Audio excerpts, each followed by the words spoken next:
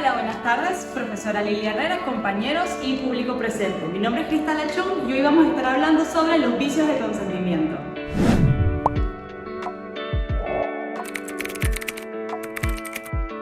A manera de hacer una introducción, podemos decir lo siguiente. Los vicios de consentimiento constituyen una temática central en el ámbito jurídico, particularmente en el derecho civil y contractual.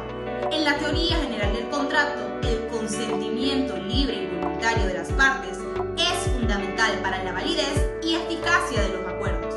Sin embargo, existen circunstancias en las que dicho consentimiento se ve afectado por factores que generan un vicio en su formación. Antes de que sigamos hablando sobre los vicios de consentimiento, es importante que sepamos qué es el consentimiento y qué es un contrato, al igual que debemos saber cuáles son los requisitos del contrato. Veamos. El consentimiento, como se conoce en el ámbito jurídico, es la manifestación de la voluntad, expresa o tácita, por la que un sujeto se vincula jurídicamente. El contrato es un acuerdo de voluntades que genera obligaciones. Este resulta ser un acto jurídico bilateral que es ejecutado con la intención de crear obligaciones como tal. Sin embargo, puede darse la situación o oportunidad de que estos contratos sean precedidos de hecho e incluso actitud que restrinjan o anulen la libertad y el conocimiento con que se deba formular una declaración o con los cuales se deba proceder en esta materia. Anda, Shrek. Firma. Hazlo, Shrek. Firma, Shrek. Firma. Lo hiciste. Y dime, ¿qué sigue ahora? Que tengas buen día.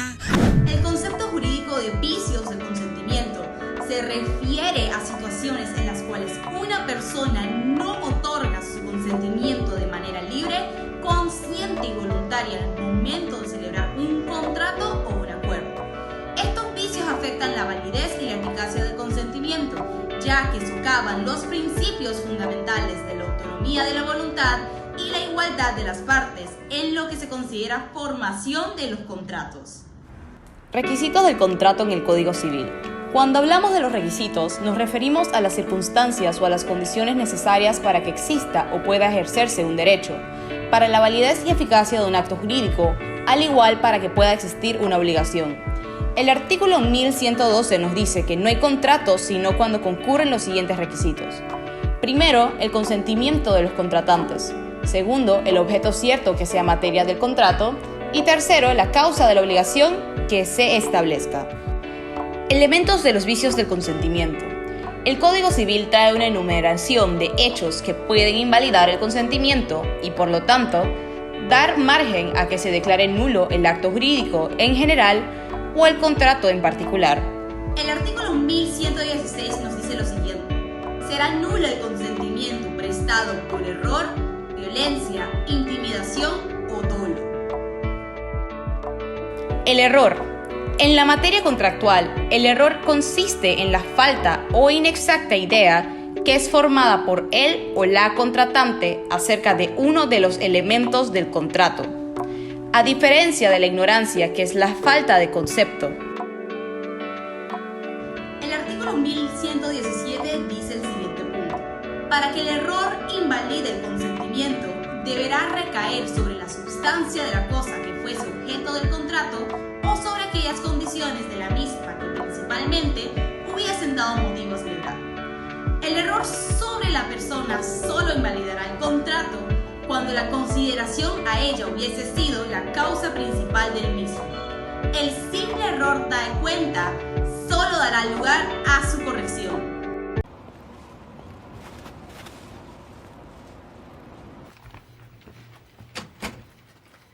Hey, Dwight. La violencia e intimidación en el contexto de los vicios del consentimiento se refiere al uso o la amenaza de fuerza física o agresión contra una persona con el objetivo de obtener su consentimiento. El artículo 1118 plantea lo siguiente: hay violencia cuando para arrancar el consentimiento se emplea a una fuerza irresistible. Hay intimidación cuando se inspira a uno de los contratantes al temor racional y fundado la persona o bienes de su cónyuge, descendientes o ascendientes. Para calificar la intimidación debe atenderse a la edad, al sexo y la condición de la persona. El temor de desagradar a las personas a quienes se debe sumisión y respeto no anulará el contrato. El artículo 1119 expresa lo siguiente: la violencia o intimidación anularán la obligación aunque se hayan empleado por un tercero que no intervenga en el contrato. Debe sumisión y respeto no anulará el contrato. El dolo. En el ámbito de los vicios del consentimiento, el dolo se refiere a una conducta engañosa o fraudulenta por parte de unas de las partes involucradas en el contrato o acuerdo. El dolo es un vicio de consentimiento que afecta la validez del contrato, ya que socava la libre y consciente voluntad de la persona que ha sido engañada.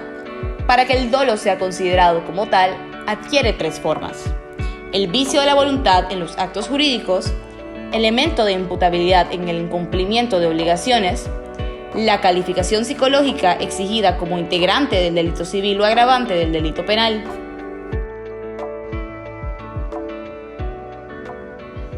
Corta esta vaina.